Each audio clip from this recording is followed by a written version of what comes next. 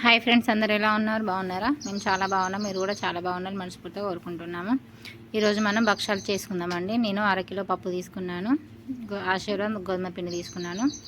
పప్పును శుభ్రంగా కడిగి వాటర్ పోసుకొని శుభ్రంగా కడిగి వాటర్ అంతా అవి వంపేశాను. మళ్ళీ ఫ్రెష్గా వాటర్ పోసుకొని నేను గ్యాస్ పైన పెడుతున్నాను, ఉడకబెట్టుకుంటున్నాను.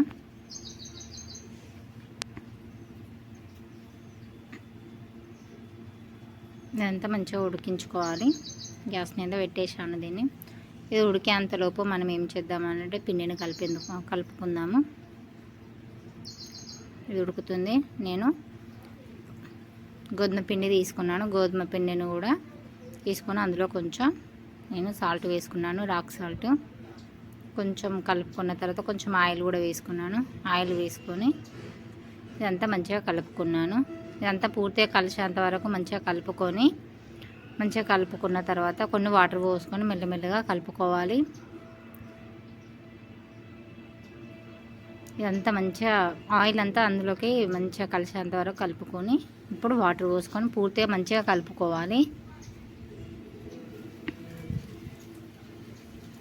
కొంచెం మెత్తగా కలుపుకోవాలండి. కొంచెం లూజ్గానే ఉండాలి, మరీ గట్టిగా కాకుండా మామూలుగా ఉండాలి.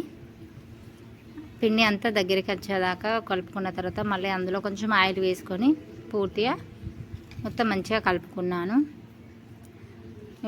పూర్తిగా కలుపుకున్నాక ఇది పర్ఫెక్ట్గా వచ్చేసింది. ఇప్పుడు ఒక హాఫ్ అన్ అవర్ దీన్ని పక్కన పెట్టేసుకుందాము. హాఫ్ అన్ అవర్ కలిపి పక్కన పెట్టుకున్న తర్వాత పప్పు అంతా ఉడికిందండి. దీన్ని దింపేసి ఇందులో వాటర్ మొత్తం తీసేసుకుందాము. వాటర్ మొత్తం వంపుకున్న తర్వాత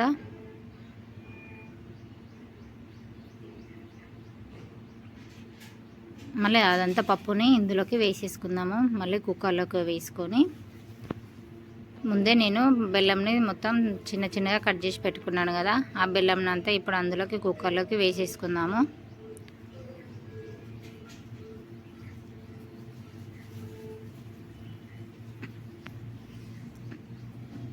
ఇదంతా వేసుకొని ఇప్పుడు మొత్తం మంచిగా కలుపుకోవాలి.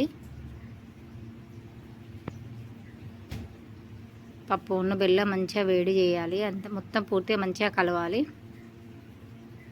ఎంత లేదన్నా ఒక హాఫ్ అన్ అవర్ పడుతుంది. మెల్లగా మొత్తం మంచిగా కలిసి మధ్యలో ఒకసారి కలుపుతూ ఉండాలి, లేకుంటే కింద అడుగంటుకుంటుంది. అలా కాకుండా కొంచెం కొంచెంగా కలుపుకుంటూ ఉండాలి. ఇలాచీ పౌడర్ కూడా నేను ఇందులోనే వేసేసుకుంటున్నాను. హాఫ్ అన్ అవర్ తర్వాత ఇలా కొంచెం గట్టిగా అవుతుందండి. చూసారా, ఇలా అవుతుంది. ఇప్పుడు దీన్ని దింపి పక్కన పెట్టుకోవాలి. కొంచెం చల్లగా కానివ్వాలి. ఇప్పుడు ప్రాసెస్ స్టార్ట్ చేద్దాం. భక్షాలు చేయడం. పిండి, పప్పు నేను ఒక కింద పెట్టుకున్నాను. ఒక పెనం పెట్టుకొని పెనంలో స్టార్ట్ చేస్తున్నాను. నేను కొంచెం పిండి తీసుకొని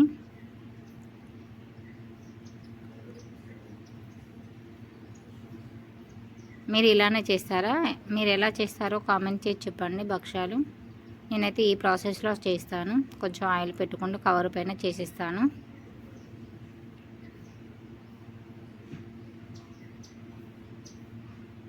కానీ చేశాను, కానీ ఫస్ట్ది పర్ఫెక్ట్గా రాలేదండి. ఫస్ట్ది కదా, కొంచెం మిస్టేక్ అయింది. తర్వాతది పర్ఫెక్ట్గా వచ్చేసినాయి అన్నీ. పూర్ణము గోధుమ పిండితో చేసినవి బాగుంటాయి. మైదా పిండితో అయితే అంత టేస్టీగా ఉండదు.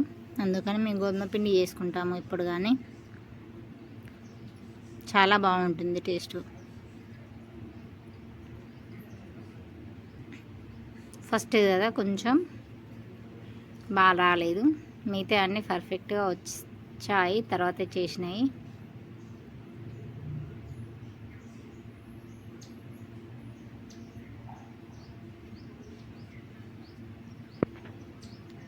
కానీ మా ఇంట్లో అయితే మా వాళ్ళందరికీ చాలా ఇష్టం.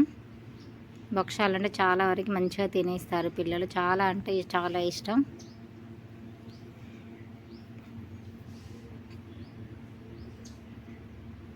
ఇది కొంచెం బాగా రాలేదు.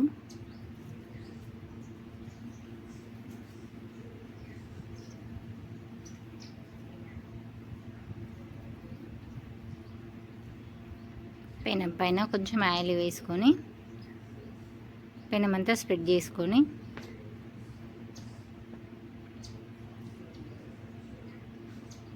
ఇప్పుడు భక్ష్యాన్ని దానిపైన వేసేసుకుందాము.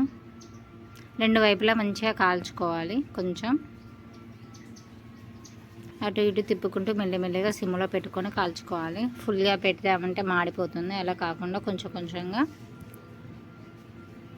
మెల్లమెల్లగా కాల్చుకోవాలి. ఇది ఫస్ట్ కాబట్టి కొంచెం బాగా రాలేదు, తర్వాత చూడండి. ఇప్పుడు చేస్తూ ఉంటే చాలా బాగా వచ్చాయి.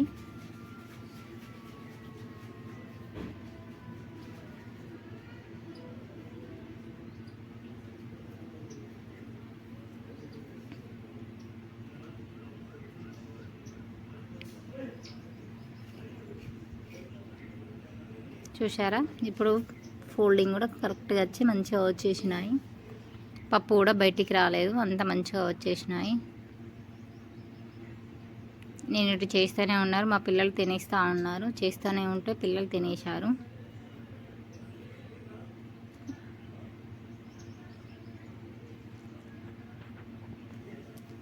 మీరు కూడా ఇలానే చేస్తారా? చేస్తే చెప్పండి.